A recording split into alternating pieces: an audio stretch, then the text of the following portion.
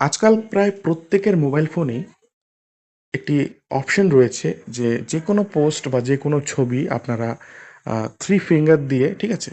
Actually মানে এরকম আমি দেখাচ্ছি, 3 ফিঙ্গার দিয়ে এরকম টাচ করলেই স্ক্রিনশট হয়ে যাচ্ছে। তো এটির সুযোগ সুবিধা কিন্তু অনেক, হ্যাঁ?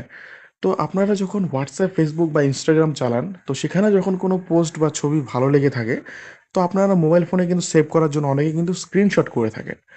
তো অনেকে কিন্তু বেশিরভাগই কিন্তু লোক জানেই না যে স্ক্রিনশটই কিন্তু সমস্ত মানে সমস্যার সমাধান নয়। হ্যাঁ? ওখানে কিন্তু অপশন দেওয়া থাকে যে আপনারা মোবাইল ফোনে সেভ করতে পারেন, ঠিক আছে? তো আমি করে দেখাচ্ছি অ্যাকচুয়ালি কি দেখাতে যাচ্ছি আমি।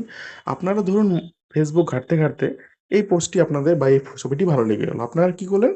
মানে এরকম করেই স্ক্রিনশট করে দিলেন। কিন্তু জিনিসটি কিন্তু এরকম না। আপনারা স্ক্রিনশট কেন করবেন? আপনারা এখানে 3 লাইনস এ যাবেন, এখানে সেভ টু ফোন বলে অপশন রয়েছে, এখানে ক্লিক করুন। তাহলে ভালো ফটো সেভ হবে, তাই না?